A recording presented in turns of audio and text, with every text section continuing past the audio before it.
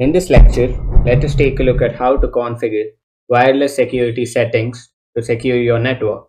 Securing a wireless network is essential to protect sensitive data and prevent unauthorized access. And here's a detailed guide on how to configure wireless security settings effectively. The first point is change default SSID and password. So SSID, the service set identifier, SSID is the name of your Wi-Fi network. Change it from default to something unique, but avoid using personal information. And password, use a strong password with a mix of letters, numbers, and special characters. Avoid common phrases or easily guessable information. And enable WPA3 encryption protocol. Use WPA3, Wi-Fi Protected Access 3, the latest and most secure encryption protocol out there. If your router does not support WPA3, you can always use WPA2 is the best option. And avoid WEP and WPA because they are outdated and vulnerable to most of the attacks. So you can go ahead and disable WEP, WPA, and WPS. So, and the third point we have is disable WPS, Wi-Fi protected setup. And so WPS is known for its vulnerabilities and can be exploited by attackers to gain access to your network. So how to find is that find the WPS settings on your router's admin page and disable it. So use a guest network, isolate guest devices from your main network to limit access to sensitive information. Configuration, enable the guest network feature and set a different SSID and strong password for it. Ensure that guests cannot access your main network. And enable MAC filtering. So MAC filtering allows only specific devices to be connected to your network by adding the MAC addresses to the wish list. So find the MAC filtering option in your router settings page, enable it and add the MAC address of your trusted devices. Reduce the Wi-Fi range. So reducing the Wi-Fi range will help to limit the physical range of your wireless signal to prevent unauthorized access from outside your premises. So decrease the transmission power in your router advanced wireless settings column. So you can go to I think 2.4 gigahertz or from 5 to 2.4 and use a strong admin password to prevent unauthorized access to your router's configuration settings page, and change the default admin password to something unique. So the SSID is secure my network. This is just an example. The password is a strong password with two capital words, uppercase words with special character and 0 and exclamatory mark.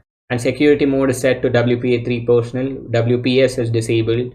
Guest network is enabled. SSID for guest network is guest network. Guest password is guest password. And MAC filtering is enabled. Allow MAC addresses. There are 2 MAC addresses, for example. The transmission power is 50%. And admin password is filled with special characters, so it is changed. So by implementing these wireless security settings, you can significantly enhance the security of your network, making it more resilient against unauthorized access and cyber threat. So once you do this, head over to your router settings. Head over to Firefox and head over to the IP address. But before heading over to this address, you'll need to be connected to your Wi-Fi network. Only then you can access the router configuration setting page. So type 192.168.0.1, and so I'm using a AC750 wireless dual band router. The model, you can take a look at the model. So if you just type admin, you can go ahead and change your Wi-Fi password. You can disable WEP and WPS pin and enable WPA2, or if it supports WPA3, you can go ahead and do that.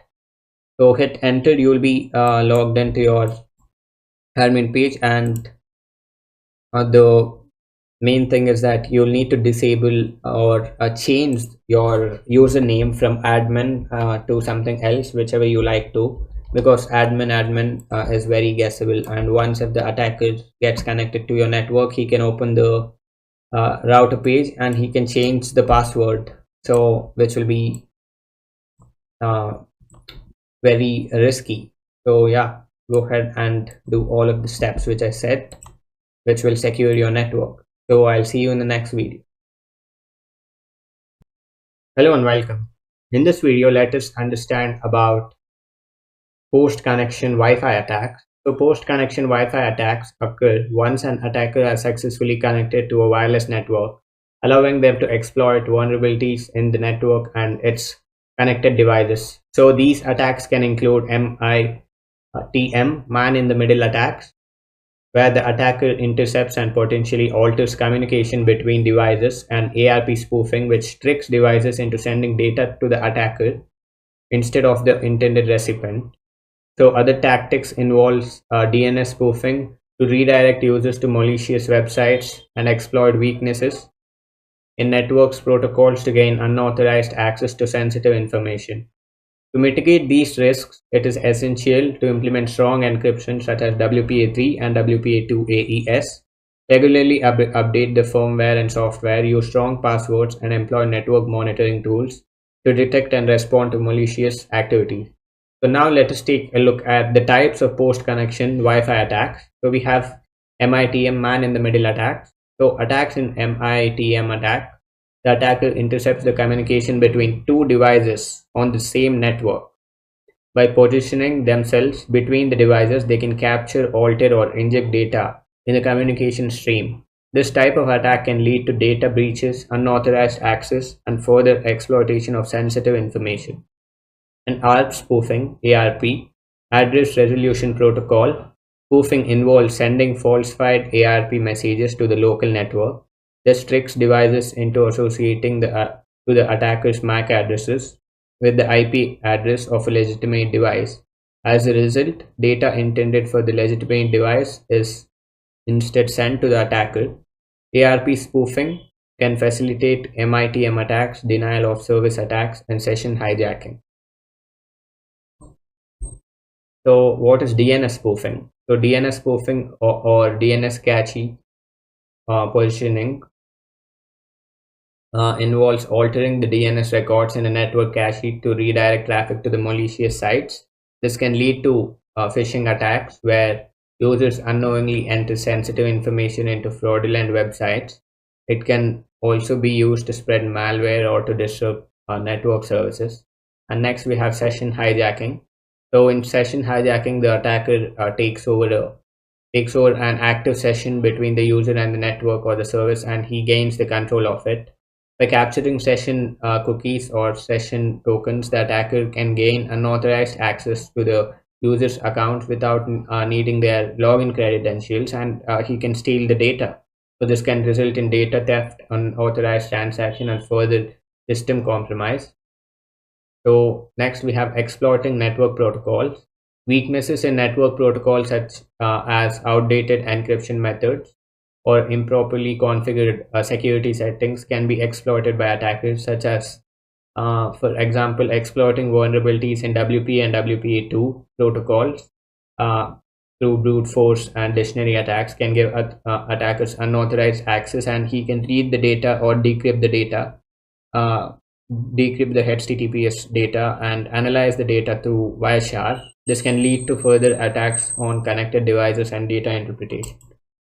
And next we have the conclusion part. So post-connection Wi-Fi attacks pose significant threats to network security, but understanding the mechanisms and implementing robust defense strategies can mitigate these risks. By adopting strong encryption, regular updates, strong passwords, network monitoring, and segmentation, organizations can safeguard their networks against these sophisticated attacks. Staying informed about the latest threats and continuously improving the security measures is essential to maintaining a secure and resilient network environment. So you have to turn on your NAT network whenever you're using the Kali Linux. Open up your VirtualBox and go to network and make sure you are connected to the NAT network. So NAT The full form is Network Address Transition. Is a service that enables private IP networks to use the internet and cloud. So once you have enabled this, you can just go ahead and connect your wireless card to the Kali Linux and start your man in the middle and ARP spoofing and denial of service attack. So yeah, I'll see you in the next video. In this video, let us take a look at discovering clients using NetDiscover. Discovering clients using NetDiscover. So NetDiscover is a network reconnaissance tool used to identify active hosts on a local network by sending ARP Address Resolution Protocol requests.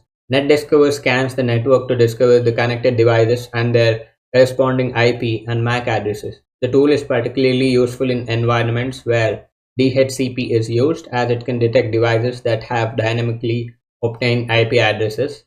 NetDiscover operates in both passive and active modes, allowing users to either listen for ARP requests passively or actively send ARP requests to probe the network. The results provide a comprehensive list of connected clients, helping network administrators manage and secure their networks by identifying unauthorized devices and monitoring network activity.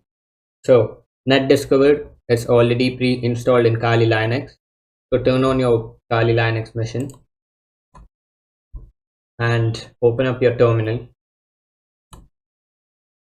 Make sure that your external Wi-Fi card is connected and type iwconfig WLAN 0 is the name of your Wi-Fi card. So it just gives you the IP address, or type ifconfig WLAN 0, where we get the inet. This is our IP address. 192.168.0.109 is our IP address. So after this, you just have to type NetDiscover and type a wireless card interface name and type the IP address and type 24. So we will scan IP addresses which have ranged from 1 to 24. So paste to clipboard. So NetDiscover just shows us the number of clients which are connected to our Wi-Fi. So I have one client connected, and it even shows the MAC addresses of the client. So you can take a look at captured ARP requests from two hosts. So I have two devices connected. You can take a look at the IP, the MAC address, the count, and the MAC vendor or the host name, which is one is TP-Link and the second one is MicroStar. So you can get all of the details you want from NetDiscover. So this helps in information gathering regarding the client or which devices you need to attack. So once you have the IP address, you can IP address and MAC address of that particular device. It might be a phone, a laptop, or a tablet. You can start you can start a customized or a specific attack against the target and know its vulnerabilities, and you can fix them also. So it's continuously sending packets, and the size is increasing. So there are two devices which are connected to my Wi-Fi. So this is how you gather information using NetDiscover if you have any clients connected to the network. In this video, let us take a look at how to use ZenMap for information gathering. So ZenMap is the official graphical user interface for Nmap, a GUI, a powerful network scanning tool included in Kali Linux. It simplifies the process of performing network reconnaissance by providing an intuitive interface for configuring and executing scans. So ZenMap allows users to discover hosts, open ports, services and their versions, as well as detect operating systems and potential vulnerabilities. The tool supports a wide range of scanning techniques including TCP, UDP, SYN and ICMP scans to ensure true network exploration. ZenMap also includes advanced features like network topology mapping and scriptable interactions using Nmap script engine NSE, which is the Nmap scripting engine. These features enable detailed analysis and automated detection of security issues. So ZenMap's ability to save and compare scan results helps administrators track in the network over time, aiding in continuous security monitoring. So overall, ZenMap enhances the usability of Nmap, making it accessible for both novice and experienced users to effectively gather and analyze network information. So once you have understood what Nmap and what Nmap does, is that it just gives you the detailed information of the clients which are connected in the network. So you just need to install ZenMap, because sometimes, or in some of the Kali Linux versions, or basically in Kali Linux, ZenMap doesn't come installed. So I have written a few set of commands right here. So just type in apt install ZenMap kbx. You can just copy this and paste it in the terminal, paste to clipboard and hit enter, and press Y to install it. So after installing ZenMap, you can just open it right here. And I need to give you a disclaimer. You just cannot run or collect the details of the Wi-Fi networks which you do not own. And so because it gives you some of the details like the IP address, the MAC addresses, and even the operating systems which it is running on. So after this, you just need to type ifconfig, and you'll need to take the IP address of your wireless network card, which is 192.168.0.109, and paste it right in ZenMap. So this is how ZenMap looks. Or you can just search for ZenMap right here on your Firefox, where ZenMap official cross-platform Nmap security scanner, which has a graphical user interface. So hit on it, and you can take a look at the screenshots right here. So ZenMap is the official Nmap scanner. It is a multi-platform Linux, Windows, Mac OS, and BSD. So you can even install ZenMap on Windows and start your scans on open ports. So it is a very beginner friendly, and it has a graphical user interface. So Nmap is network mapper.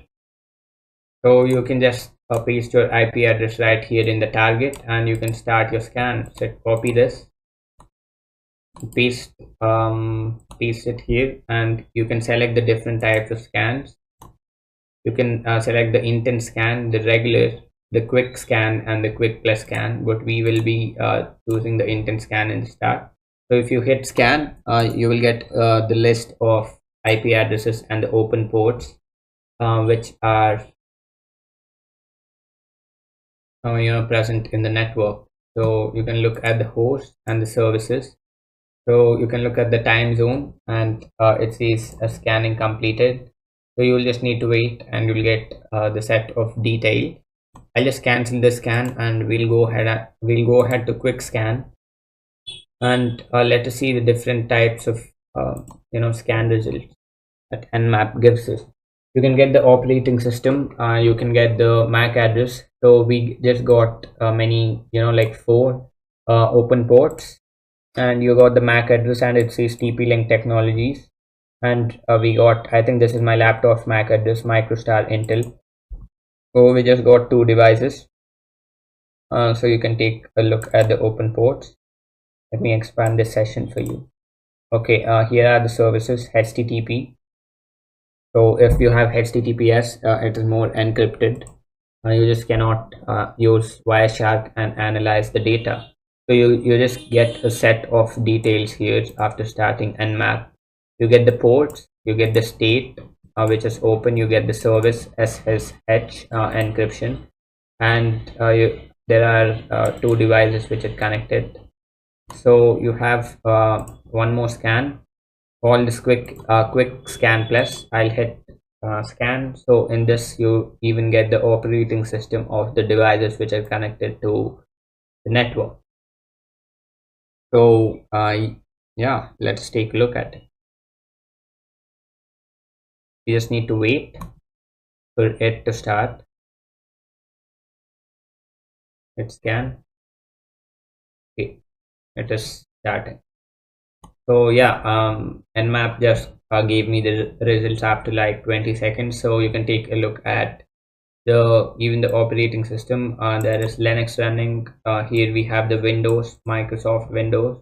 You have the OS information, you have the different ports, So you can use all of this and you can run targeted attacks on that particular devices, and you can download scripts or a malware and attack that and run the attack on the target network and test if it works. So you have the OS detail, you have OSCPE running, you have the network distance, you have the service info, it says Microsoft, and device type general purpose. You have the MAC address. Okay, you have two MAC addresses, and yeah, so we have all of the details which are being collected from the open port. So this is how you gather data from Nmap. So I'll see you in the next video. Hello and welcome. In this video, let us take a look at understanding ARP poisoning in Kali Linux. So ARP poisoning, also known as ARP spoofing, is a technique used to intercept network traffic on a local network. In Kali Linux, this can be achieved using tools like Ethercap, which allows attackers to send falsified ARP messages to associate their MAC address with the IP address of another device. The deception causes network traffic intended for the legitimate IP address to be redirected to the attacker's device. Once the attacker successfully intercepts the traffic, they can monitor, alter, or block the data being transmitted. So ARP poisoning is often used to facilitate MITM man-in-the-middle attacks, where the attackers can eavesdrop on communications or inject malicious data. To execute ARP poisoning, an attacker typically needs to be on the same subnet as the target, making it a common threat in LAN's local area network. Defending against ARP poisoning involves implementing security measures such as static ARP entries using secure protocols like HTTPS, where HTTPS is Hypertext Transfer Protocol secure and all of the data will be encrypted, and employing network security tools that can detect and prevent ARP spoofing. So understanding ARP poisoning and its implications is crucial for network administrators to protect their data from such malicious activities. So here is an image where you can understand the ARP poisoning or spoofing, where we are in the middle of the victim and the network. So the router thinks that we are the victim or we are the users, and it sends the data to us, and the victim thinks we are the router and it sends the data to us. So we are in the middle, and all of the data will be captured by us, and we can analyze all of the data with Wireshark, from which we can gather useful information like website passwords, although all of it will be encrypted by HTTPS, but there are few methods for decryption, and there are basically very less sites with HTTP encryption. If you log into Facebook, it is already encrypted. If you log into your Gmail account, it is encrypted. So what is the use of this attack? But we can gather useful insights from this and analyze the data and their login pages. Like when they log in into their Twitter account, Facebook account, you can get their email and password, but if it is HTTPS, it will be encrypted. But for few sites like which has HTTP encryption, you can easily get the Gmail and password. So we will be in the middle of the router and the victim.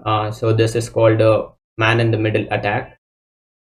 So once the victim presses enter with his Gmail and password, you will get the data in your logs in your Kali Linux terminal, or whichever Ethercap or any other software you're trying to attack. So this is a post connection attack. You can only do this once you are connected with the router. So this is not a pre-connection attack. Pre-connection attacks are attacking a Wi-Fi before you entering into it. So this is a post-connection attack, helps in gathering data, and it helps in further sophisticated or personalized attacks. So this is just a basic image of you to understand what ARP poisoning looks like. And in the next video, let us take a look at ARP poisoning and MITM in a detailed manner. So I'll see you in the next video. video, let us take a look at ARP poisoning using ARP spoof. So this is my Windows host machine, and I need to type PowerShell and open up the PowerShell or your CMD. So we will be attacking this mission from our virtual box, which is Kali Linux. So yeah, or you can turn on your search for CMD right here, and you can even run it to your administrator, or you can just run it in the normal guest mode also. So you can use PowerShell or CMD and type ipconfig, the same command which we'll use in Kali Linux, and you'll get a set of information. You'll get your Ethernet adapter Ethernet, and you'll get your IPv4 Internet Protocol version 4 address, which is 192.168.0.108 is my IP address. So you'll just need to take a note of that in your Kali Linux mission. So and follow the set of commands, and you just need to type ARP spoof, ARP A, type ARP A and hit enter, so that you'll get a bunch of information right here. Okay,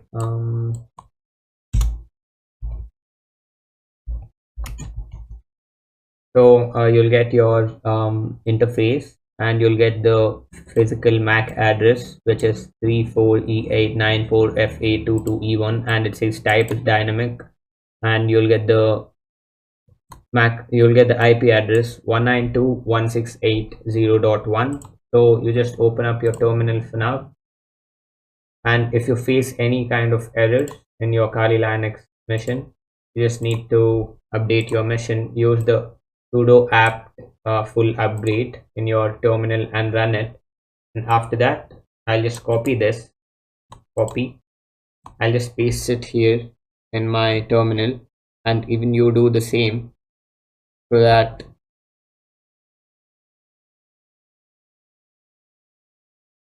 the attack runs smoothly. And yeah, I'll just copy this, type ARP spoof I, and mention your wireless interface WLAN 0 and -t, and mention the IP address of the victims, and you mention the IP address again. So this is the same IP address, we have it here. So it is 192.168.0.108, and this is the interface 192.168.0.1. So to check your system's IP address and paste it in your terminal. Shift Control V to paste it. So and I'll press new tab and just interchange the IP. You just type 192.168.0.1 here, and type 192.168 and .0.108 here, and copy this, and we just need to do the IP forwarding after this, and you need to run both of them together. Hit enter, so the attack starts, and hit enter, and open a new tab, and just paste the IP forwarding. Copy, Shift Control V, type echo 1, and you just paste this right here, and type iwconfig WLAN 0, so you will get your MAC address right here, or type ifconfig WLAN 0, so you will be replacing this MAC address in this. So you just type ARP A again, and so the MAC address will be changed. So it's the same, we have successfully changed the MAC address. So all of the traffic which goes from the devices, we can take a look at it, and we can sniff it through Wireshark. So this is how you change and start a man in the middle attack. So we have successfully connected, and we are in the middle of the router and the victim. So we can take a look at all of the data. So you can take a look at this. We have the same IP address right here, so it's 0011 7F1B 6C and 29 in the dynamic, and you can take a look at the old MAC address, which is 34E8 is my router's MAC address. So yeah, we have successfully done the attack. So if you just press Ctrl C, it just stops. This is cleaning up and re-arping target. So yeah, you go ahead and press Ctrl C here also, and once this is done, type clear and you just type ARP A again right here, and it will be back to its original IP, which is 34E894FA22E8. So yeah, you can take a look at this. So I've just stopped the attack right here. So this is how you do ARP spoofing in Kali Linux. In this video, let us take a look at how to perform man-in-the-middle attack using Ettercap. Ettercap is a well-known network security tool used for network sniffing, man-in-the-middle attacks, and other network-related tasks. So, it's commonly used by network administrators and security professionals to analyze and troubleshoot network issues as well as to test network security. So, you need to note down all of your IP addresses before we start the Ettercap and man-in-the-middle attack. So open up your PowerShell, search for PowerShell, and just type IP config and hit enter. So you will get the IP address right here. I have my IP address, which is IPv4 address 192.168.0.108, and you have to type ARP A, and you have the MAC address right here, which is type as dynamic, and this is my MAC address. So I have to take a note of these, and yeah, good to go. So turn on your Kali Linux mission and search for Ettercap. Okay, so I encourage you not to perform this attacks if you don't have the permission to do it, and to just do it in your system with your own lab setup, because it is illegal to do packet sniffing and scanning, and I am not responsible if you do it. We have to stay within our limits and boundaries. So type iwconfig wlan 0 ifconfig wlan 0. So you'll get our MAC address and you'll get the IP address. So you just need to note down the MAC address right here, which is 6C29. We'll remember the last 4 digits. So after this, you just go to search. You hit on sniffing and spoofing. Start your Ettercap. So Ettercap can do network sniffing, man-in-the-middle attack, ARP spoofing, DNS spoofing, and packet filtering analysis. So select WLAN 0. So both the system and the Kali Linux operating machine is connected to one Wi-Fi. So there's no need to attack. There's no need to enable bridge sniffing. So this is what Ettercap graphical user interface looks like, and hit the tick mark so that the attack starts, and it just starts to scan. Once the scanning is started, you can just hit search for hosts, and it will start searching for hosts. And remember, if you're conducting a real penetration testing, if you hit on the search, there are chances that you might get caught. So you just need to be more anonymous, and it says 5 hosts added. So my laptop and my computer and few other devices are connected to the Wi-Fi, and even the host operating machine, which is Windows, is connected to the Wi-Fi through Ethernet cable. So just hit on show host, and you just need to add a target 1 and target 2. So this is our IP address right here. You just saw it here. So which is 192.168 0.108. So you just add this to target 1, and you select this and add it to target 2.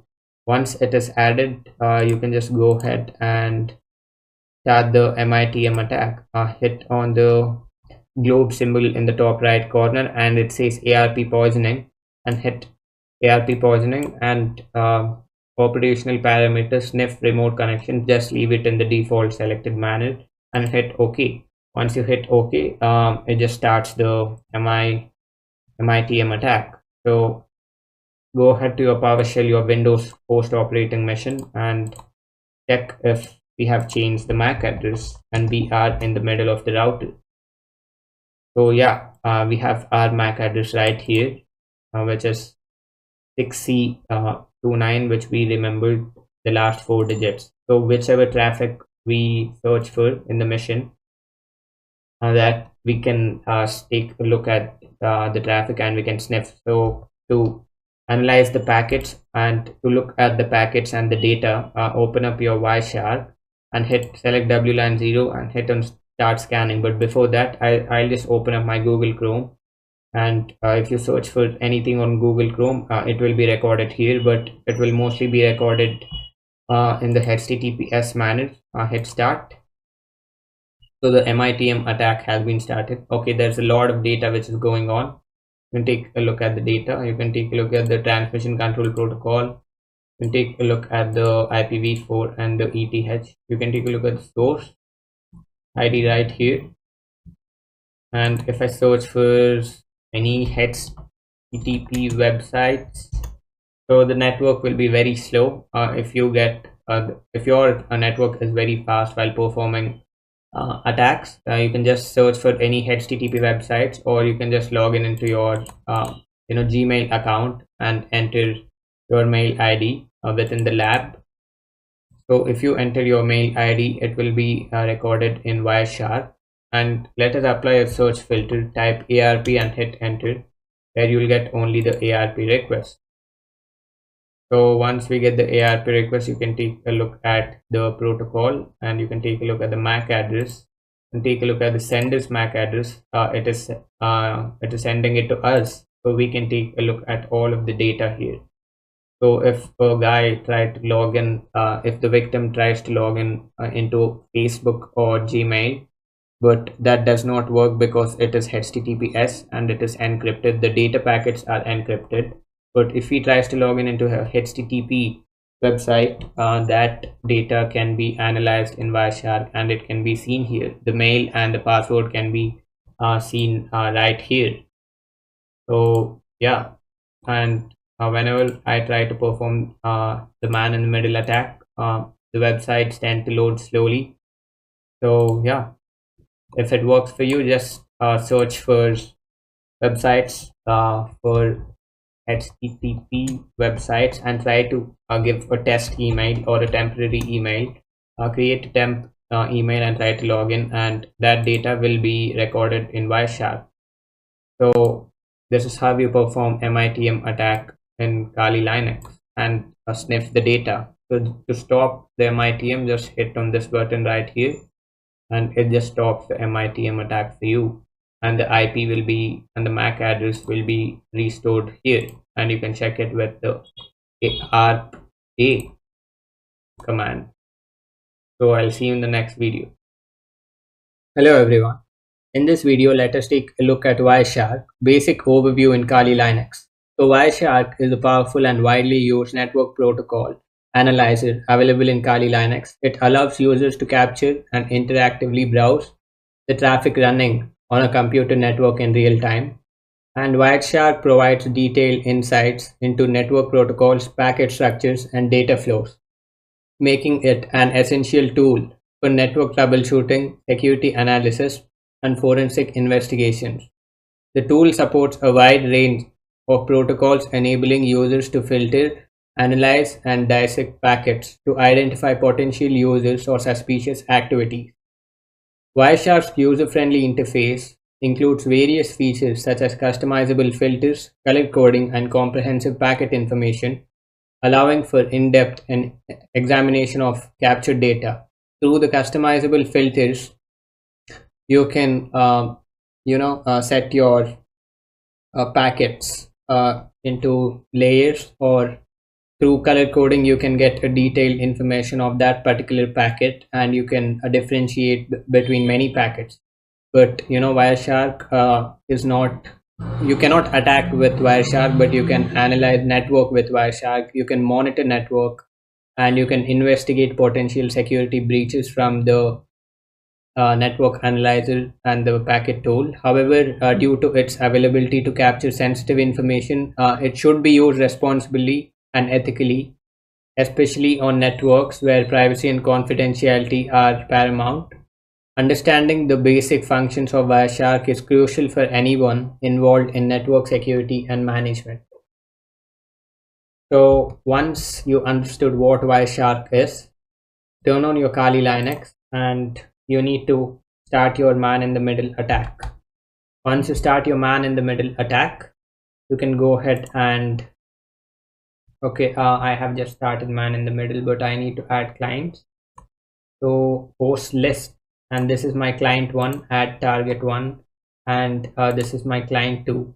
Even my Samsung phone is connected to the Wi-Fi, and few other devices are connected, but this is my target 2, and I just need to start the attack. Hit on ARP Poisoning and hit OK. Once the attack is started, you can then open Wireshark through your terminal, or you can just open it from top left corner. Type Wireshark. You'll always have Wireshark installed in Kali Linux. So once you open Wireshark, you will get this kind of graph here, which shows that there is some kind of user information, and from this you can just analyze all of the data packets. So you can take a look at the different network cards. You have ETH0 and WLAN0, where there is some kind of graph going up and down, or you can take a look at the address and it says no capture filters. And let me just open up Google Chrome and search for YouTube. But when I start man in the middle attack, my network just does not work. Probably if we start attacking my phone, it might work. So it just loads a bit slowly. Let me open up Gmail. If you open up 2 tabs, it might be a bit slow. And let me go for my mail. So there will be a spike here, and you can double click or hit start capturing. So these are the different kinds of data you will capture. I know you're not understanding anything at all, and this is the time slot which you can see. So there's a lot of data which is going here, and once you start your man in the middle attack, your IP address is changed. Right here you can open up PowerShell and look at ARPA, so that your IP address will be changed to 6C and 29. Open up your terminal and type iwconfig wlan0 or ifconfig wlan0 00117f1b 6C29. You can take a look at that. We are in the middle of the router and the phone, so the router thinks we are the client, so we can take a look at all of the information and take a look at the time slot. Just type ARP here. You will get the different ARP requests and you will get the details. You can remove this and you can specify the particular IP. So yep, if you type in the details, or if you just search for HTTPS websites and log into a website. I'm sorry, I think I just typed HTTPS. We just need to type HTTP, Hypertext Transfer Protocol, but it is not secure. Login page. Okay, let it load. Okay, when I start this attack, it just does not work. We have a page called VULN web. Such a weird name. So you just log in, and once you log in, you'll get all of the details right here in your EtherCAT. So if you get the details, you can start using the details for your benefits. But we are ethical hackers and we do not do anything for our benefit. We just need to do it for the testing purpose, to show the world or the clients that how unsafe it is to use the HTTP. But if some websites are HTTPS, you can do the SSL stripping and remove the HTTPS. So to check if you have HTTPS, you can take a look at the connection is secure. And for HTTP the connection will not be secure. So you can take a look at the site data. So it says not secure. Yep, you can take a look at this. Your connection to the site is not secure. You should not enter any sensitive information on this site, for example passwords, cookies, or credit cards, because it can be stolen by attackers, and we are the attacker. So it will be stolen here. It will be saved in EtherCap, and you can analyze all of the data with Wireshark. Take a look at the time, source, destination, protocol, length, and info. So let this website load, but if I start a MITM with my computer, it just does not work. I need to start a MITM attack on my phone IP address. So this is a PHP site. Okay, let us give it a, okay, finally the website loaded. Test Kali Linux. This might work or it may not work. Okay, let us just Kali Linux. Okay, there we go. Hit login and let us check if we got please username sign up. Okay, or let us just sign up with the test.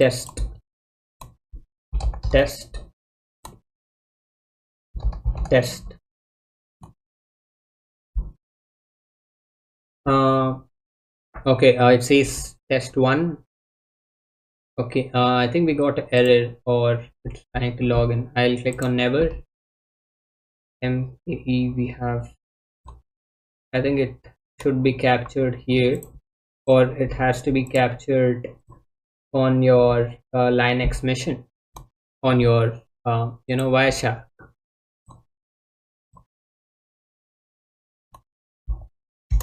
ARP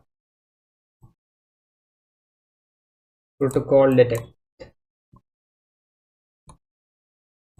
Okay, it will be captured right here in your EtherCap. So you should never use the sites which are not secure, and make sure you have HTTPS enabled. And sometimes the hackers will try to strip your HTTPS with the SSL stripping, with the man in the middle attack. So make sure that you're always logged into secure sites, so that you don't just give away your data to the hackers. So I think you just got a basic overview about EtherCap and Wireshark, and I'll see you in the next video. In this lecture, let us take a look at how to analyze and capture the HTTP traffic.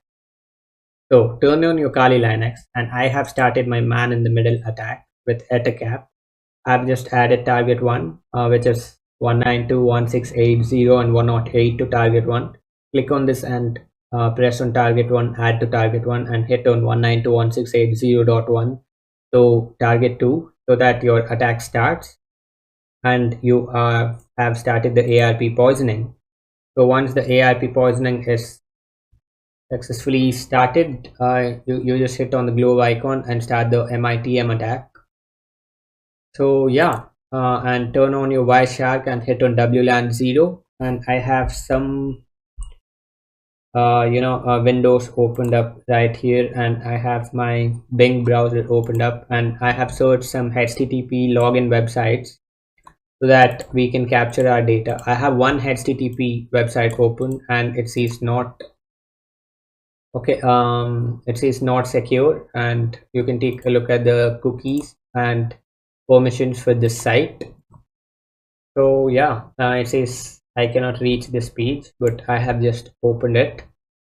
So you can just hit on this page, HTTP forever. I've already opened it, and open up your Wireshark, hit on WLAN 0, and just use the search filter. Just type in HTTP, which only gives out the HTTP requests right here. Hit cancel, and yeah, you have all of the HTTP requests. And if you want the details of the password, you can just double click on this and start analyzing it right here. So once you start analyzing it, you will just get the password right here. And let me just remove this. You can even capture cookies and the password right here, and you can give that separate kind of filter once you get this. And here you will be able to get the details of the client in hypertext transfer protocol secure. And you can even add the search filter for this. Hit on search, select string. If you select string and type in the password test, okay, the website is not loading for me now, but once your web test vulnerable web, I think .com pops up. So we have it right here. And okay, this line based text, and let me double click this. Let me click on this, and it says, yep, test php vulnweb.com. So here you'll get all of the details, and it says that the website is coded in CSS. If I try to log in, my website is not logging in. You just type in the login password such as test and type in test again for the password. So that data and that username will be captured right here in hypertext. If you just type string and test, it will open that particular value or that particular text file or that particular detail. Just type in for some HTTP websites and try to play around and try to analyze all of that with your Wireshark, and it can even capture cookies in your Wireshark. So you can easily analyze it with this software, which is very helpful. So yeah, this is how you analyze. So this is it for now. I'll see you in the next video. Hello and welcome. In this video, let us take a look at generating an undetectable backdoor in Kali Linux. Generating an undetectable backdoor in Kali Linux involves creating a convert method for gaining unauthorized access to a system while evading detection by security software. So this means that we will be creating a small virus or malware which does not get detected by the modern antiviruses like Avast, Norton, or McAfee, and which will bypass Windows Defender. So if it bypasses Windows Defender, we can send the files online through various techniques like from Gmail, or you can just use a pen drive and insert it into the target computer, and you can just get a lot of information from that.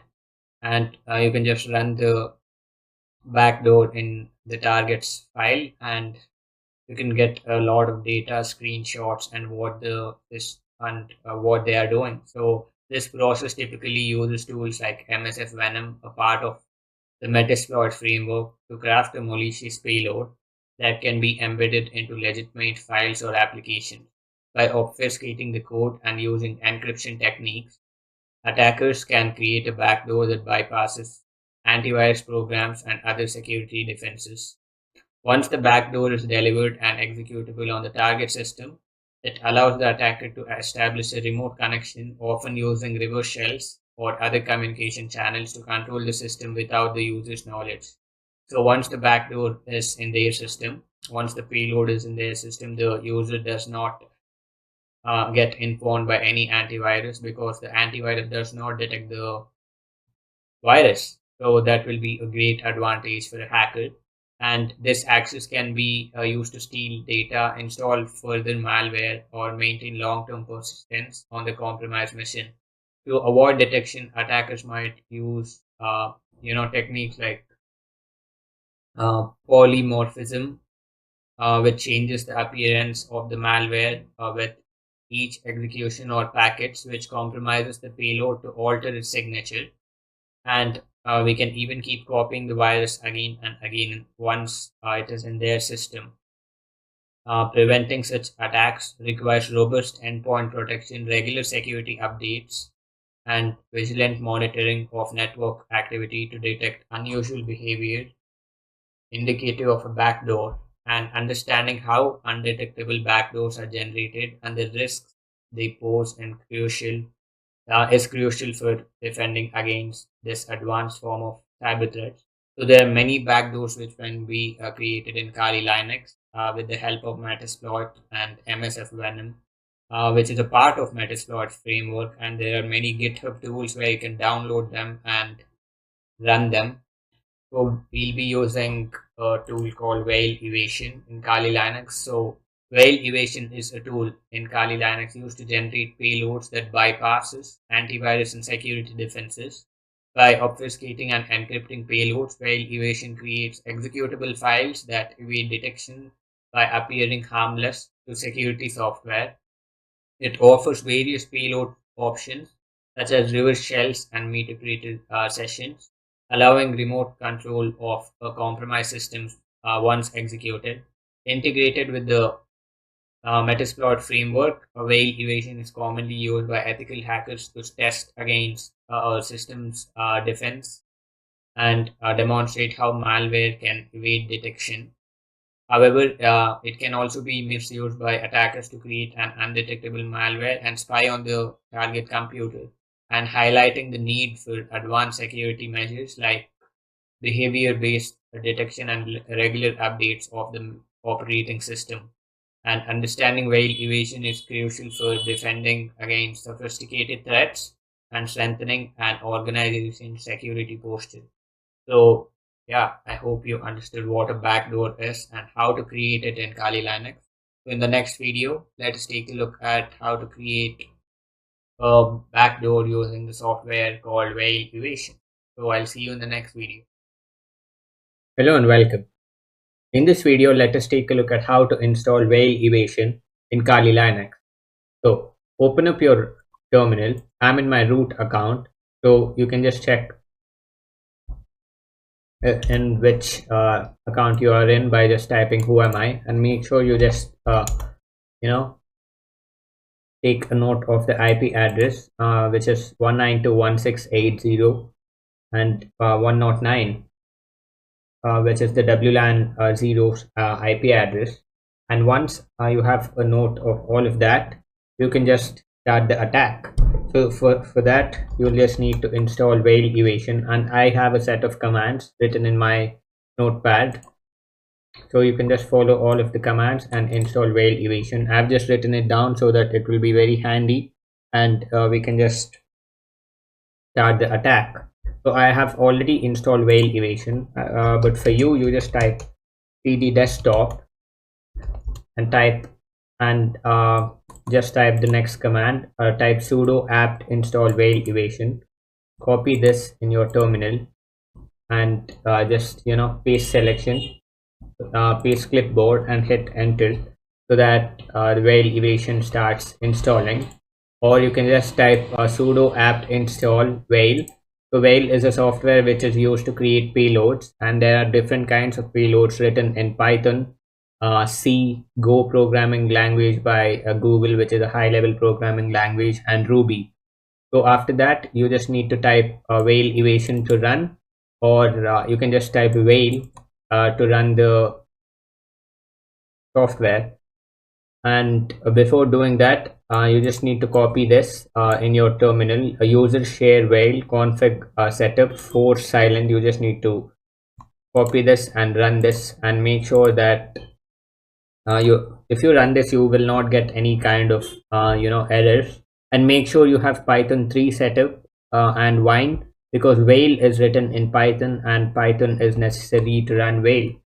So I'll just clear my terminal and type Whale in from my root account. So this is Whale for you, and you can just type update to update Whale, and I think I have the latest version, so which is 3.1.4. You can take a look at the Whale's website, and you can take a look at their Twitter handle. So yeah, you can go ahead and start creating your payloads, and you can take a look at two tools loaded from the main menu and available tools. We are going to use evasion, and the list of commands, exit to completely exit whale, info to get all the information on the specific tools and the payloads, and list to list out all the tools and options, show whale configuration, and update. I just said update, so you can just update the whale to the latest version, and use you can use the tool. So just type use one, and so you can just start using whale. So it says 41 payloads loaded, and it says whale evasion menu. So you can take a look at all of the commands right here, which is the most useful commands. And it says check for viruses, where we can just test our viruses online. So there's a website called virustotal.com where you can just upload your payloads or viruses online, and you can just start checking for any kind of detection. So this website lets us detect the second.com. Okay, so this has multiple viruses, probably around 30 or more than 30 antivirus softwares, which helps detect other payloads or malware. So I recommend you not to upload our payload in VirusTotal and scan it, because if you submit it here, they will find a way to reverse engineer and encrypt it. So it is better not to upload your payload here. So you can take a look at the website. It analyzes suspicious files, domains, IPs, and URLs to detect malware and other breaches. You can hit on choose file. If you hit on choose file and upload the payload, it will obviously detect, or you can just use the check VT command, clean to remove the generated artifacts, exit to completely exit whale, and list to list the payloads. So just type list, and you will get n number of payloads right here. Go is a Google's programming language, which is programmed by Google, because it is high level programming language. It is very hard to detect, and yeah, and we have Python, PowerShell, we have Ruby, and we have CS, we have auxiliary, and these are the different kinds of payloads which we can create and attack our operating system. So we can just go ahead and use the interpreter session, which is 25, or a reverse interpreter session. So we can go ahead and start the Python interpreter reverse tcp.py.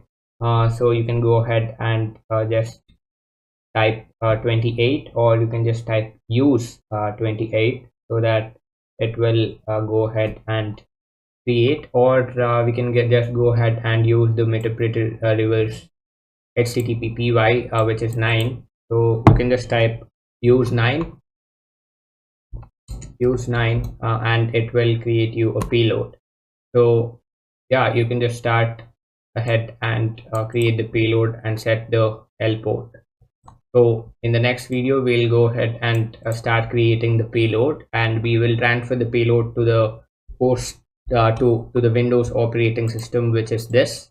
And you can go ahead and download the payload from Google or any other browser, because we will be uploading the payload from Kali Linux to Apache server, and we can download it right from there. So in the next video, we'll create the payload and install it in our Windows operating machine and start testing it.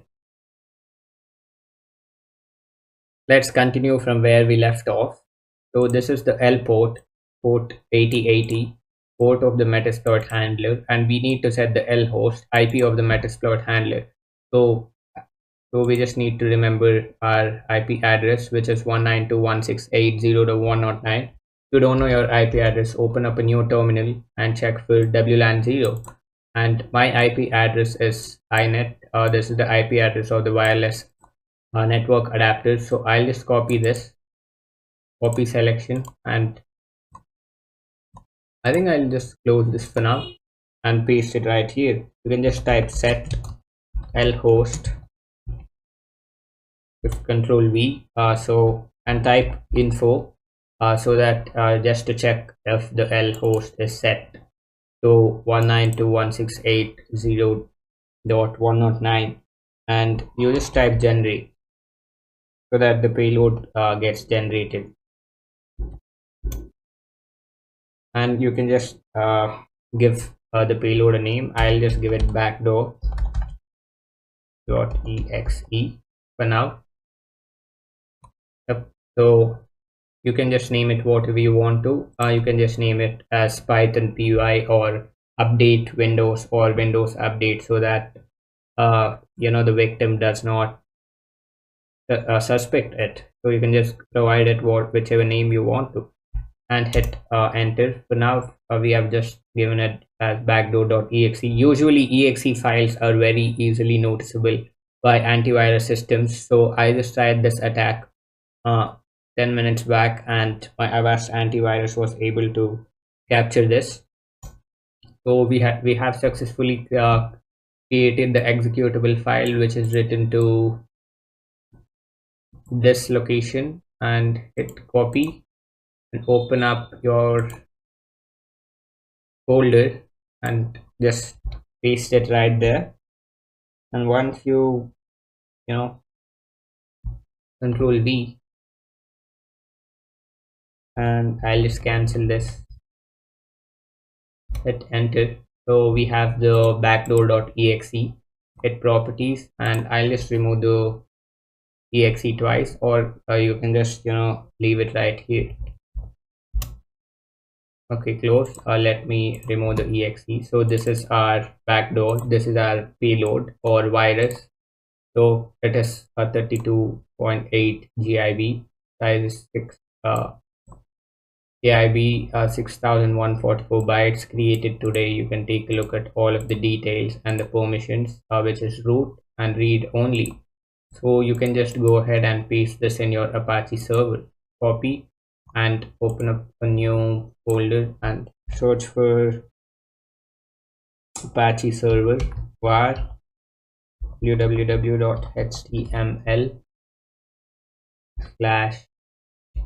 hit enter, and you can just paste it right here. So once this is pasted, you'll just need to open up Google Chrome in the Windows operating machine, in the attacker's operating machine, and you can just start the attack. So I just exit fail evasion for now, clear, get back to your root terminal, hit clear, and you just need to start MSF console. And I'll open up my Google Chrome in Windows. So I have just opened up Google Chrome in my Windows operating machine, and you just need to download the payload from here. So just type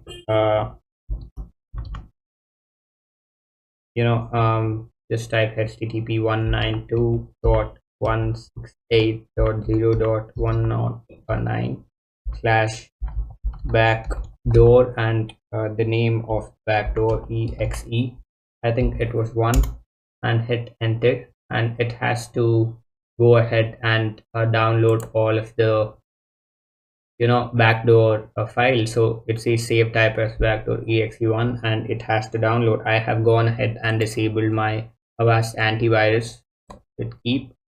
So antivirus system, I have disabled all of the behavioral shield, web shield, mail shield, and file shield, and I have gone ahead and disabled the firewall also. So it just because it is a exe file, antivirus and Kaspersky or any other antivirus can easily detect it. But yeah, and I think even Windows 10 can detect it. Once you double click this, it starts running, and once the program starts running, you can just go ahead and open up MSF console from your Kali Linux machine. And once MSF console opens, you can just set the payload and L host and hit exploit. So yeah, so even MSF console or Metasploit has a lot of exploits and payloads. You can take a look at the payloads. It has 1471 payloads, where you can just go ahead and attack a Windows operating system.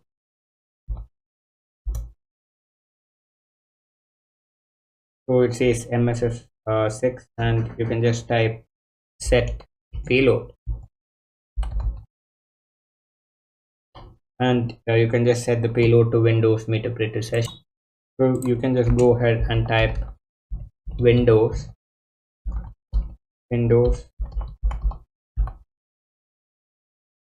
interpreter reverse TCP HTTP and hit enter, and it is set, and hit on show options. So it just gives you the set of options right here, and you can just set the L host to 192.168.0.109, which is an IP address of Kali Linux, and hit enter and type exploit. Okay, it says unknown command for now, but I think you just need to start the I just forgot, you just need to start the multi-handler before using it. You just need to type use exploit multi-handler and hit enter. And now once we started the multi-handler, I'll just copy this for now, paste it right here, paste clipboard, hit enter, hit on show options, shift Control V to show the different kinds of options. So the L host is set and the local port is set to 8080. And now we just need to go ahead and hit on set L host,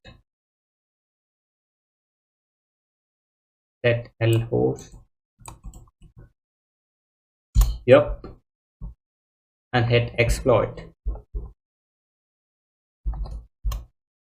Okay, I think the interpreter session has started running, and let's just wait for this. And once okay, I just started HTTP, and once the victim double clicks the file, it just the attack just starts right here. Once the attack starts, the victim can get the entire access of the Windows operating system from here. So this is how you create a payload and send it to the victim. You can just send it however you want to, from a pen drive.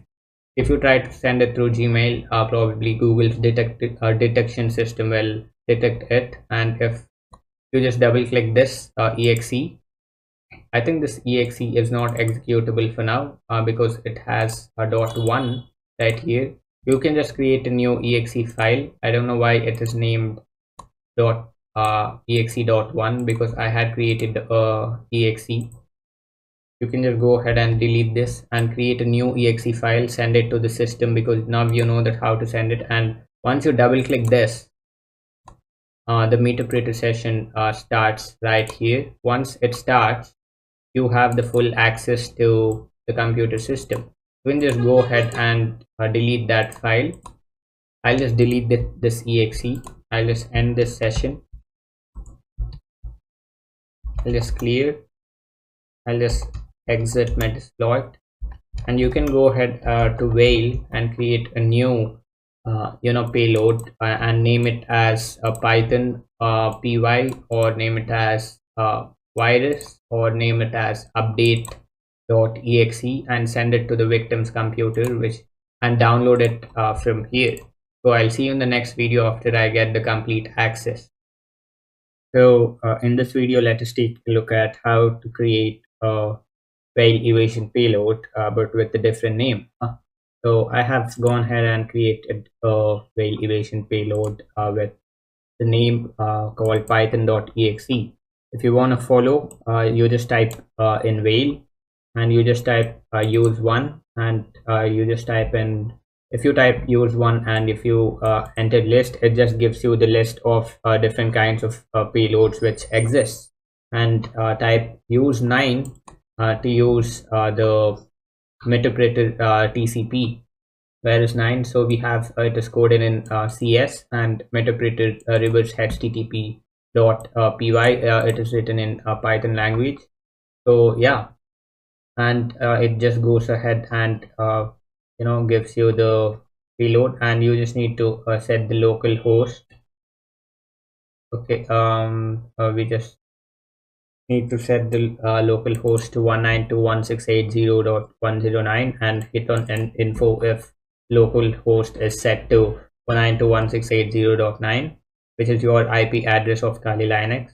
So once this is set, you just need to go ahead and hit enter, and you just need to paste the local host into this folder. You just need to paste the payload into this var www.html, and you just need to copy this and paste it there in this folder, in the Apache folder, and you just need to run Apache web server. And yeah, you just need to type in service Apache 2 start, and once it's started, you just need to open up Windows operating system, which is the attacker's mission, and make sure you just install the payload. So just type http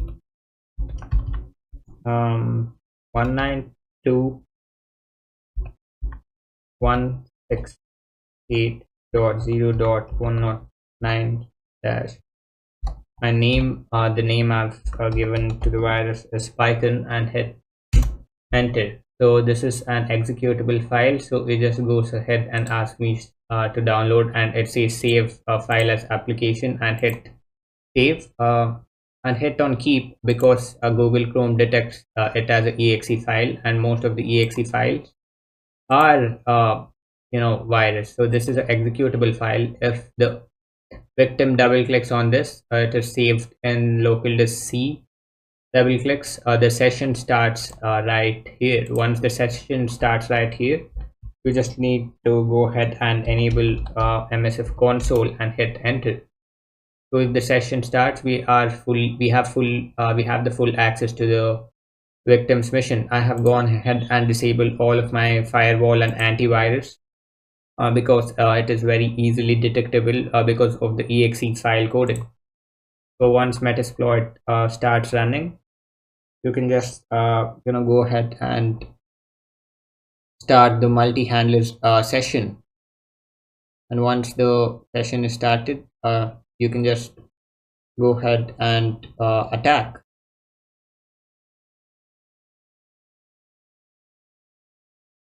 Okay, use exploit. You will get many errors here and there regarding whale evasion and Kali Linux. You just need to make sure that you update your system with the apt-get update command.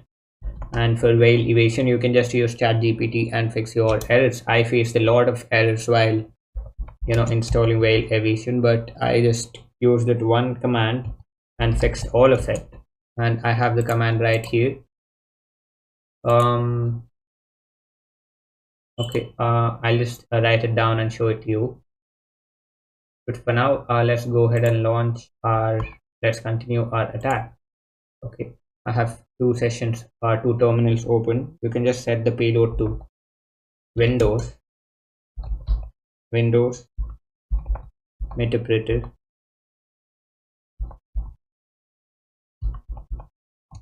reverse http, and hit on show options. Okay, and you can just set the local host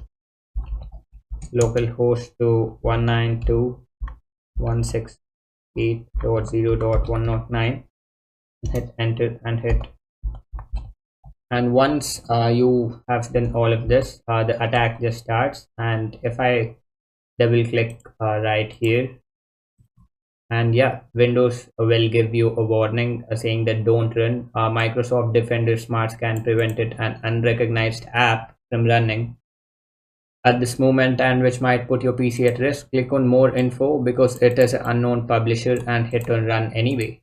And once the exe file starts running, we have to get a connection right here in Metasploit, and I think we just need to wait for any kind of connection. Once it is connected, it will start the meterpreter session right here. And once the meterpreter session is started, we are good to go. You can use the show commands option, and you can just start attacking the system. You can take screenshots, you can do whatever you want to, but it has to get connected to the meterpreter session. So I'll see you in the next video. Hello and welcome. In this video, let us take a look at how to create a payload using whale evasion, and we will be creating a Python payload using the meterpreter session. So just type in whale, and the whale evasion graph opens up, and you know what to do. Just type use one.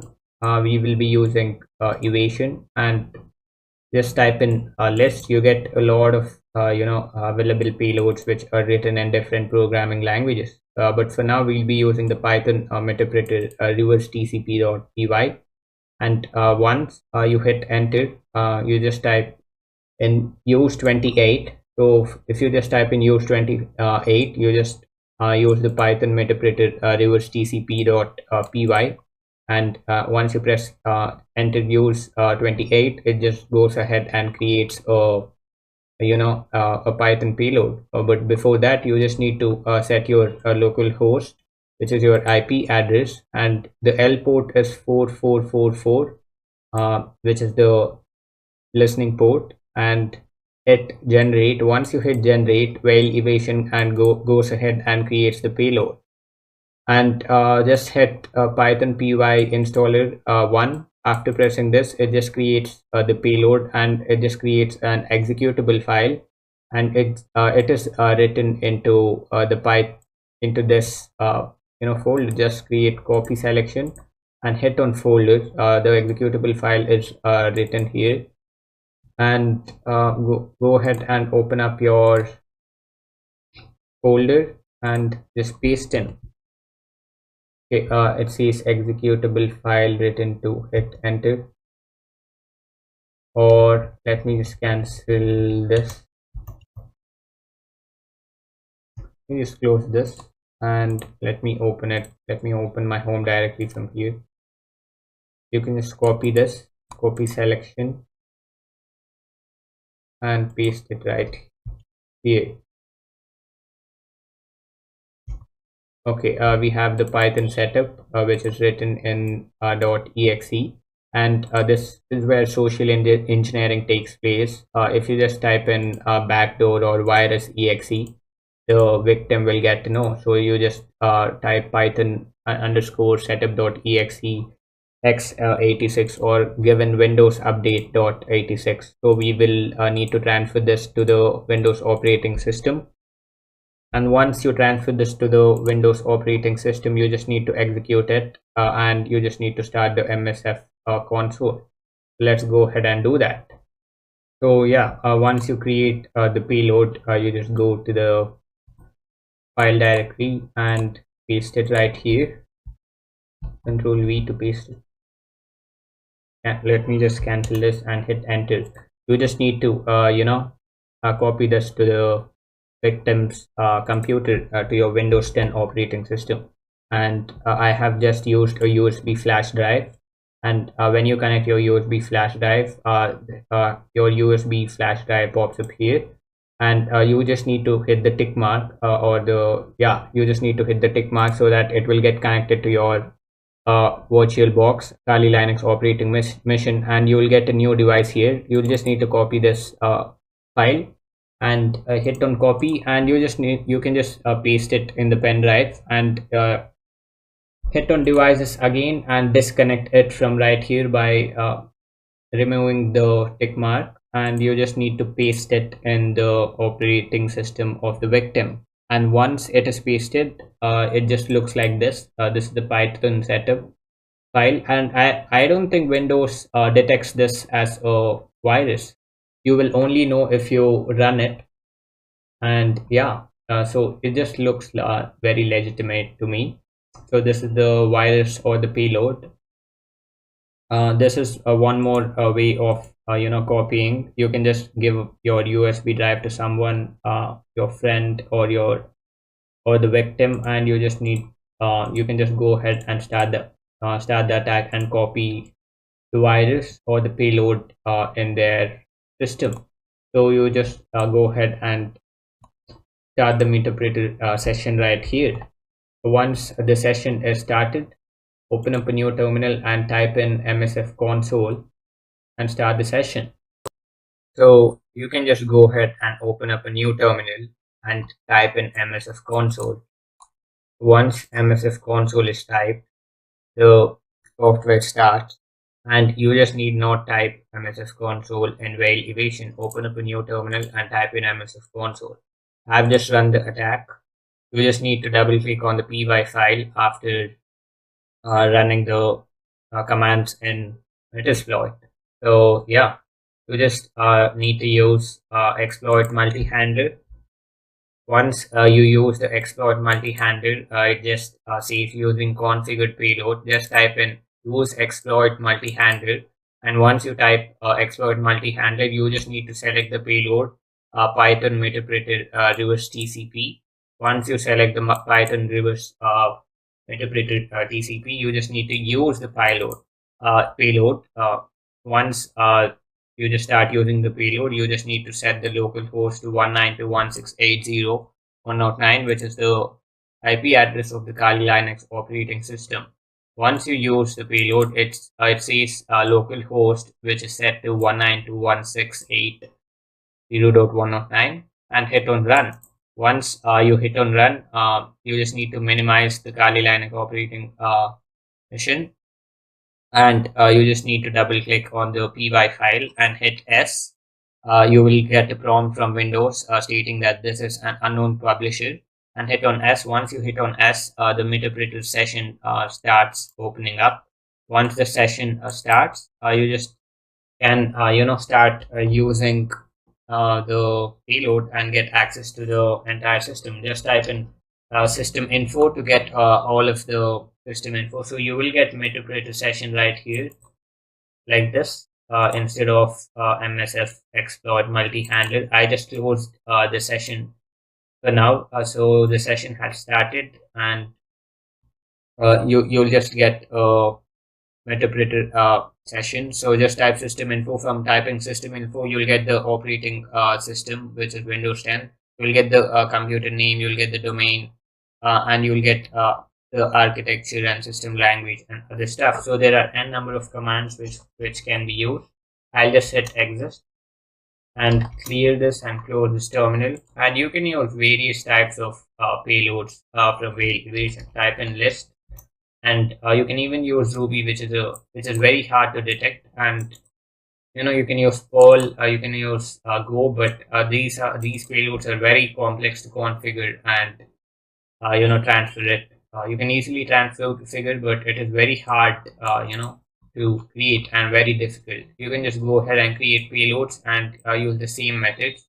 You can just type in help to list out the different kinds of commands to take snapshots and stuff.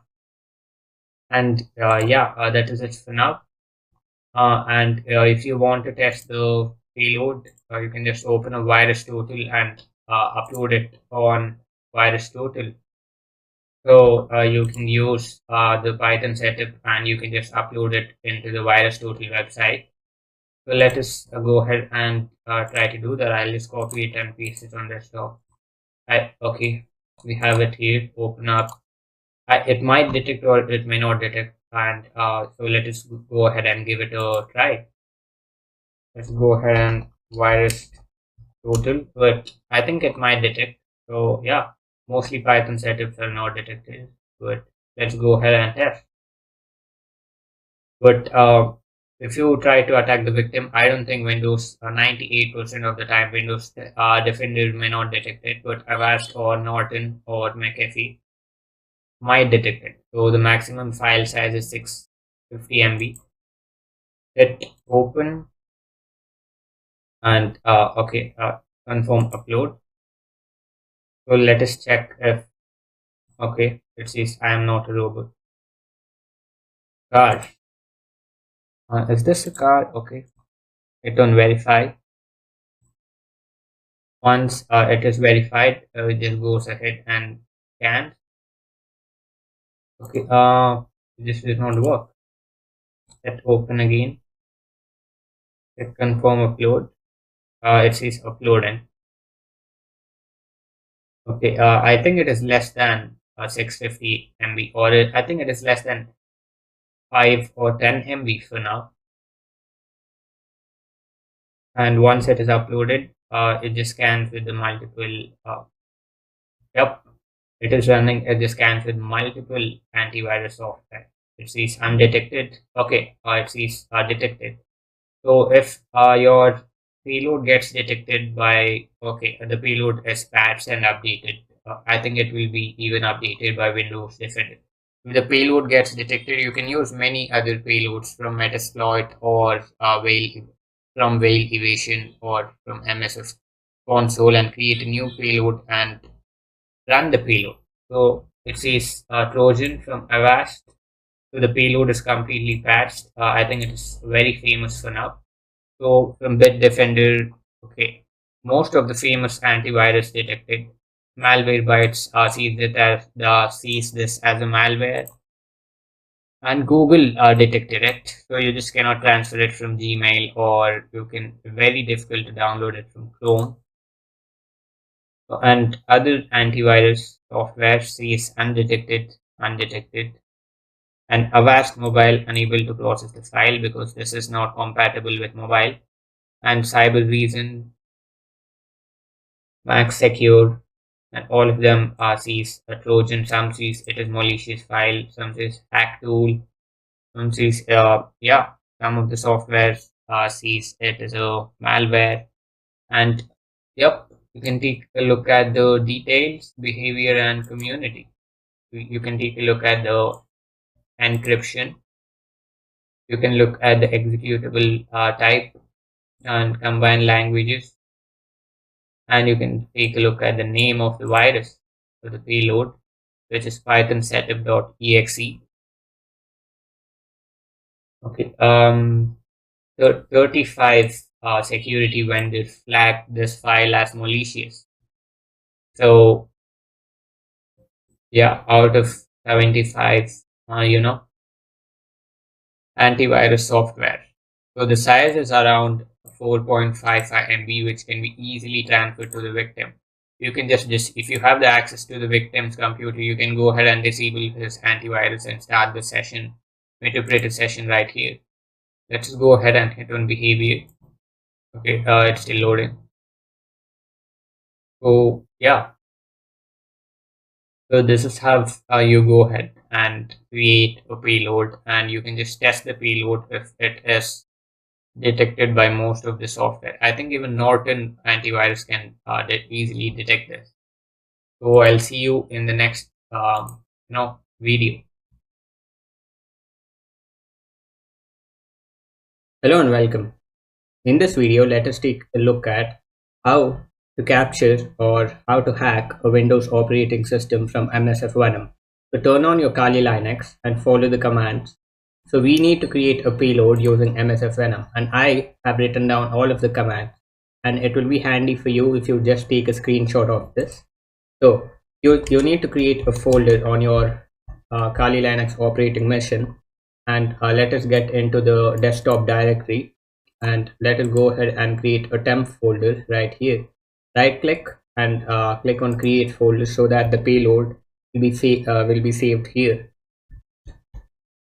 So yep, it will be saved on desktop, and it will be saved inside this temporary folder. So just type temp, and if you type ls, there's nothing inside the folder because it is a empty folder. We just created it, and the payload will be saved right here. So you just have to create the payload using the msf command. So I'll just copy this and paste it in terminal. I have just conducted the attack previously before recording the video. So yeah, this is MSF Venom, and P for the payload. We will be using Windows Meterpreter reverse TCP, and the local host is your Kali Linux IP address 192.168.0.109, and we need to specify the L port as 4444, and the type is exe, and the file name is payload.exe. Once you hit enter, it will just start to create the payload, but we just need to wait for probably 10 seconds. Okay, it was very quick, and it is saved inside the temp file on desktop. You can take a look at all of the details right here. Once it is saved on the desktop, you just need to upload this in your Apache web server. So you can take a look at the payload, hit on properties, and it is a .exe file, so Windows Defender can easily detect it. And my victim mission, I've just created a Windows operating mission, and I've just installed a Windows 10 operating system in my Kali Linux. So this will be my Windows target mission. So I will be installing the virus here. Before that, we just need to upload this payload in our Apache web server. So let me just copy this, copy, close this for now, close this for now, click on home, and just type var www html and hit enter, and you can just paste the payload right here. And let me just close this and open up a new terminal and start your Apache web server.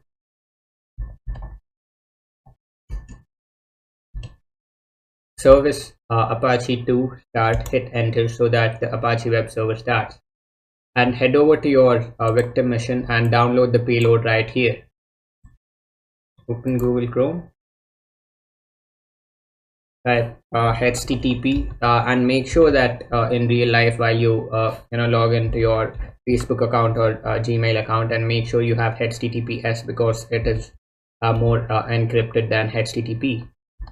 192.168.0.109. So we will be installing the payload right here. So I've just gone ahead and disabled the okay, it's commonly downloaded. Okay, Microsoft is just saying that payload exe isn't commonly downloaded. Trust payload.exe. Yep, I'll say keep it. Hit on show more, and I have gone ahead and disabled Windows Defender just for the testing purposes. So I've just clicked on protection history, and I've just disabled the firewall, and it says turn on, your real-time protection is off. So yep, hit on this, hit on keep anyway, so that it will download. Hit on the folder, it is saved in the download session. If you double click this and run it, it will start the attack, or the Meterpreter session will be started. After this, you just need to open up MSF console and make sure that the Meterpreter session is connected with the victim and the hacker, so that the session is connected between the Windows 10 operating system and Kali Linux. And we just need to double click on the payload so that it starts running. Once this is open, we can go ahead and use exploit multi-handler. We just need to wait for a few minutes. Yep, we're good to go. Type use exploit multi-handler. So we are into the multi-handler, and you just need to set payload to Windows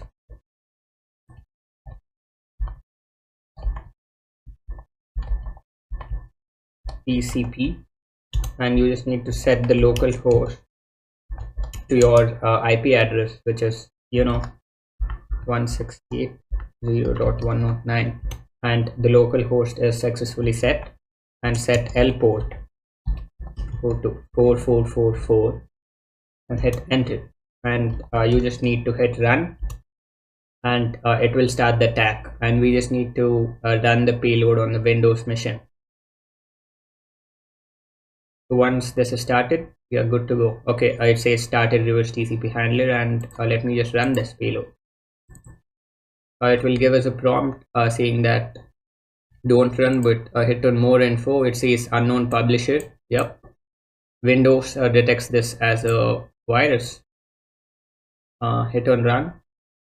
So once you hit on run, I think the meterpreter session has to be started. Yep, we are good to go. We are in the meterpreter session. Once this is started, you can just type help. We are in the Windows operating system successfully, so we can do anything we want to out of so many commands. You can take a look at the commands. You can look at the current background session. If you just type background, if you type system info, this info, you'll get all of the information about the computer. So logged on users, you get the system language, you get the OS, you get the computer.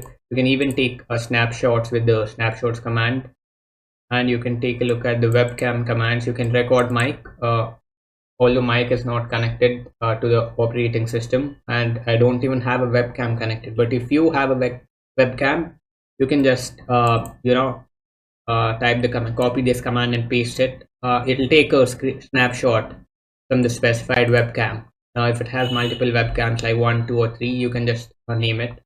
And for now, let us just take a snapshot.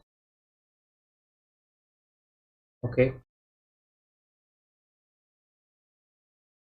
I just need to search for the command snapshot. Yep, it is a screenshot. Okay, copy text, grab a screenshot from the interactive desktop, so it will be saved in your Kali line. Let me just paste it. Hit enter. So yeah, screenshot is successfully saved. So I'll just copy selection and open it in my home directory. Okay, yep, we have successfully captured the screenshot. So this is how it looks. So yeah, we had opened up my computer and downloads. So this is how you hack a Windows operating system using MSF Venom. And you can even use different tools like Saint and Whale Evasion. You can even take the keyloggers. You can take the keystrokes such as key dump, which sends the keystroke. You can start a key scan, which starts capturing the keystrokes, and you can type ls to list the files, and you can just type pwd for the working directory where our payload is downloaded. It is in C, users, guest, and download. You can type ipconfig to get the info of the Windows operating system. Okay, I think it is if. Yep, ifconfig, so that we'll get a lot of details regarding the IP address. Once this is done, you can just go ahead and play with all of the commands. Let us try keystroke. It might work, and sometimes it may not work, but we just need to keep trying. Copy selection and paste selection. So you have n number of commands which can be used against the Windows operating system. Starting key sniffer. Okay, so yeah, this is how you can. Let me just close it. Hello, this is okay. Let me just close this. This is UI. I think keystrokes has to be recorded right here. So all of the keystrokes we type, like the passwords and the usernames, the victim types, it will be recorded. So you can start capturing the key scan. Key sniffer start. Let us just stop the key sniffer. Copy selection and paste it right here. Shift Control V. Okay, it is stopped, and yeah, you can just go ahead and open that. So yeah, this is how you get a control of Windows operating system. And I'll see you in the next video. Hello and welcome. In this video, let us take a look at detecting ARP poisoning attacks in Kali Linux. Detecting ARP poisoning attacks in Kali Linux involves monitoring network traffic for suspicious ARP activity that indicates potential spoofing. Tools like Wireshark and Ethercap are commonly used to identify inconsistencies in ARP requests and responses, such as multiple IP addresses associated with a single MAC address.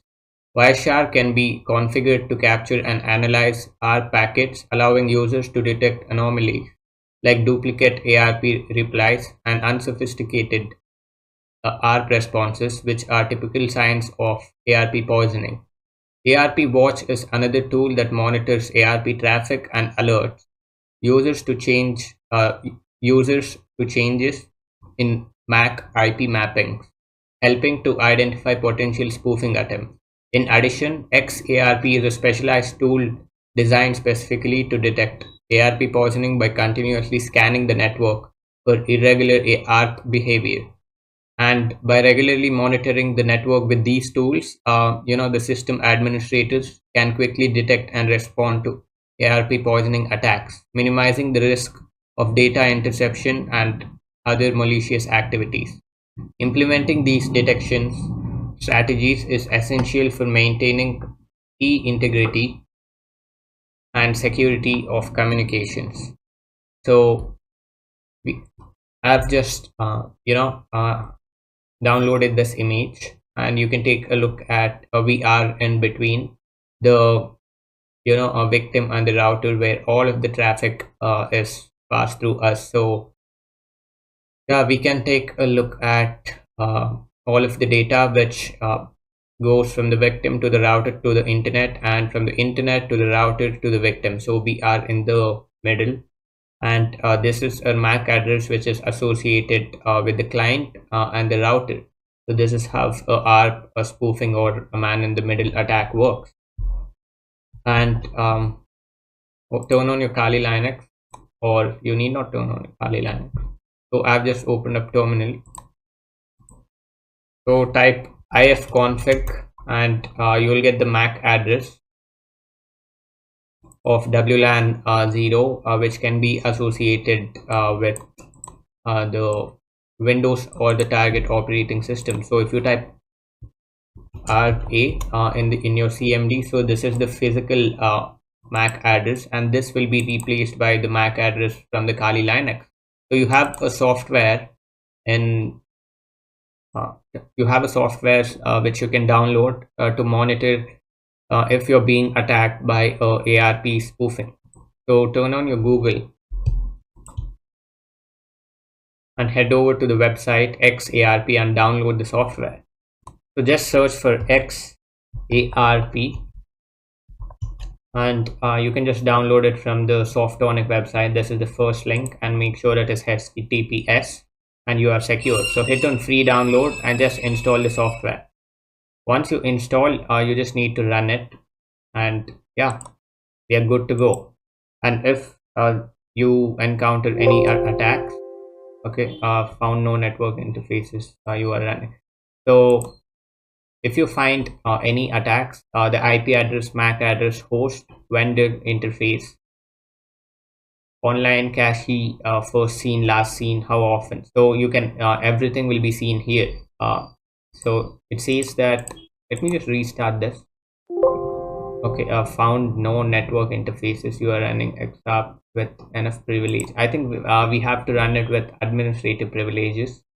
So you can even set the aggressive level. So if there is an attack, you'll get a into mark or a cross symbol with red color. And if there is no attacks or everything is fine with no suspicious activities, you'll get a tick mark like this. So every time you cannot open up your CMD and type ARP-A and check for the MAC address. You can run this XRP-A and make sure everything is fine. So you can set the security level to basic, high, and aggressive. I recommend aggressive every time to stay on the safer side. So the basic security level operates a default attack detection strategy that can detect all standard attacks.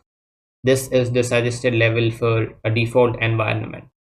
So this is how you use the software, and you just can stay safe from the basic ARP relay attacks or ARP poisoning, which can be done from Kali Linux or any other software out there from any operating system. So yeah, I'll see you in the next video. Hello and welcome. In this video, let us discuss about some of the biggest cyber attacks in the world. So, WannaCry ransomware attack 2017.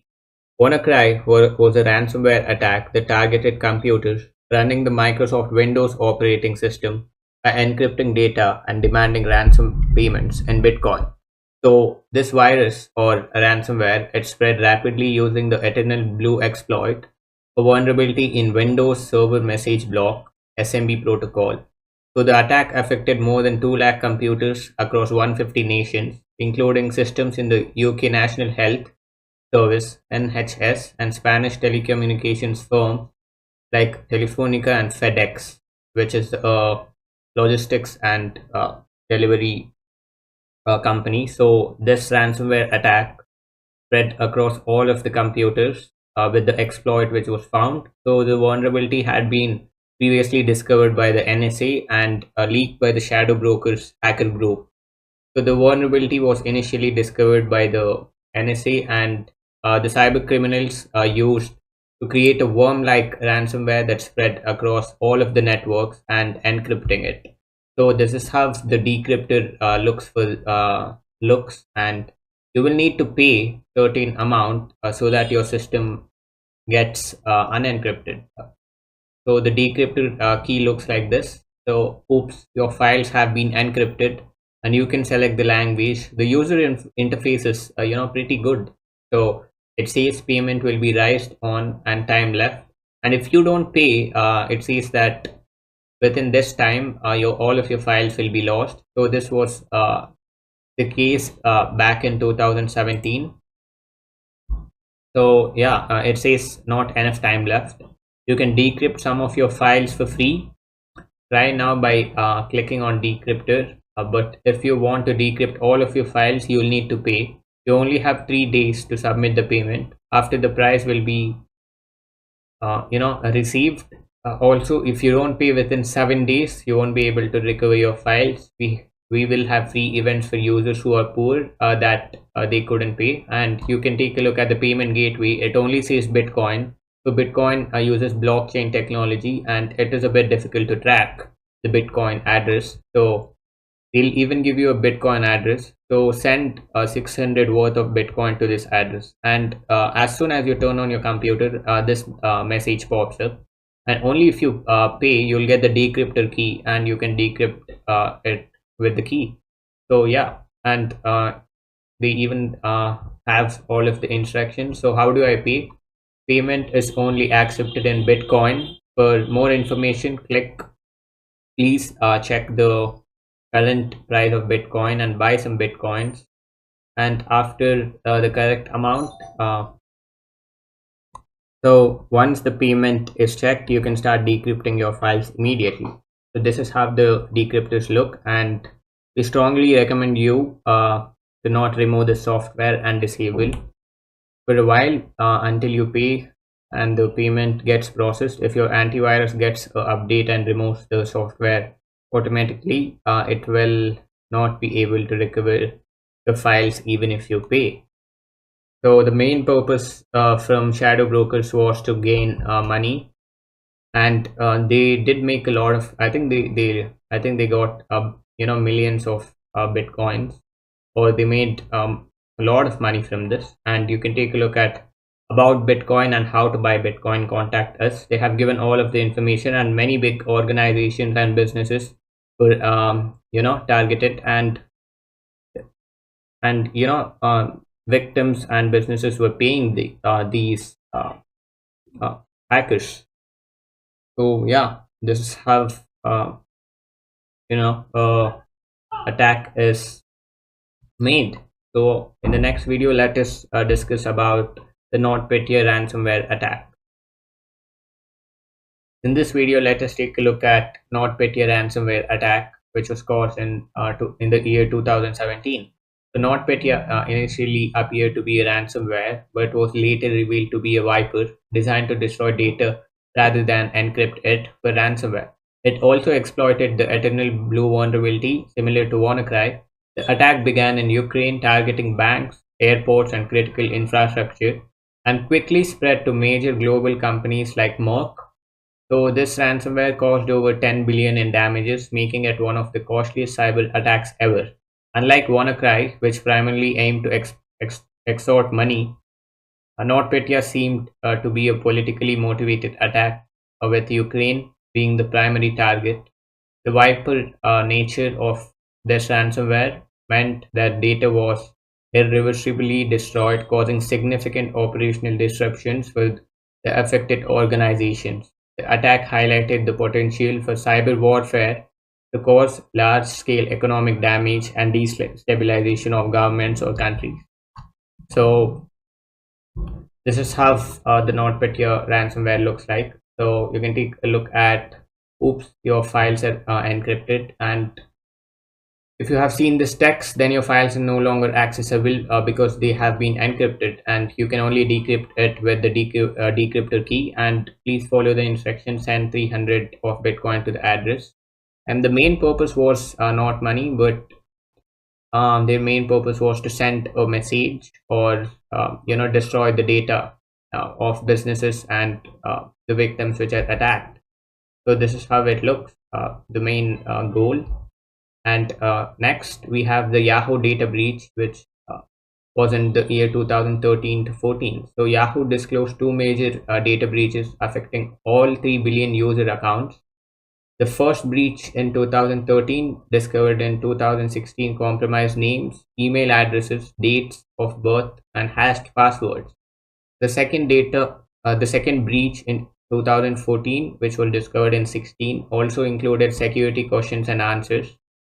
The breaches were attributed to state-sponsored actors and led to significant financial reputational damage to Yahoo, impacting its acquisition.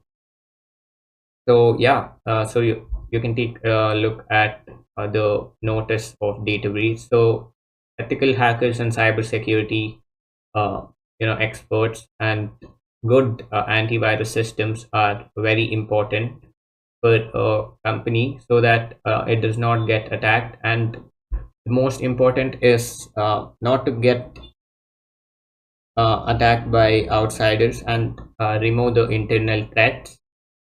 And the most important thing for the cybersecurity team is to mitigate the attack for a company and minimize the attacks. So up next we have WazirX, which is a Bitcoin exchange in India, faces major security breach, which is 235 million in cryptocurrency stolen by hackers. The platform affected is WazirX, a popular currency exchange. Nature of breach: unauthorized access to the platform system. Funds involved, approximately 235 million worth of cryptocurrency was moved or stolen.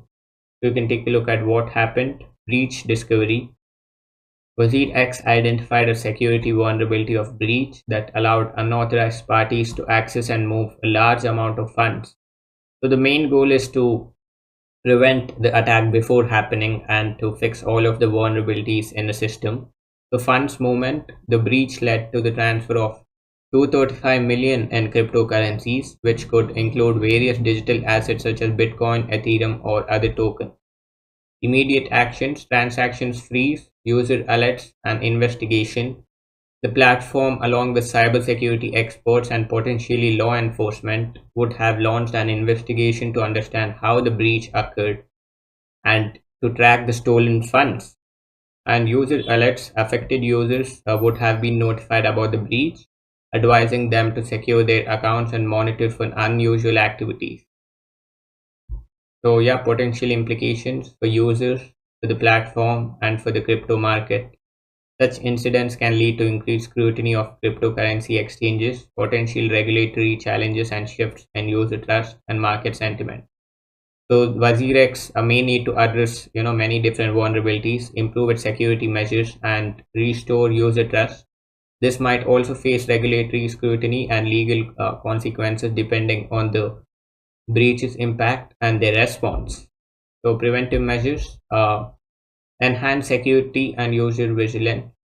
And conclusion. So exchanges need to implement robust security system measures, including regular audits and encryption and multi-signature wallets and two-factor or authentication. And WazirX breach underscores the importance of cybersecurity in the cryptocurrency industry. It highlights the need for both exchanges and users to remain vigilant and proactive in protecting their digital assets.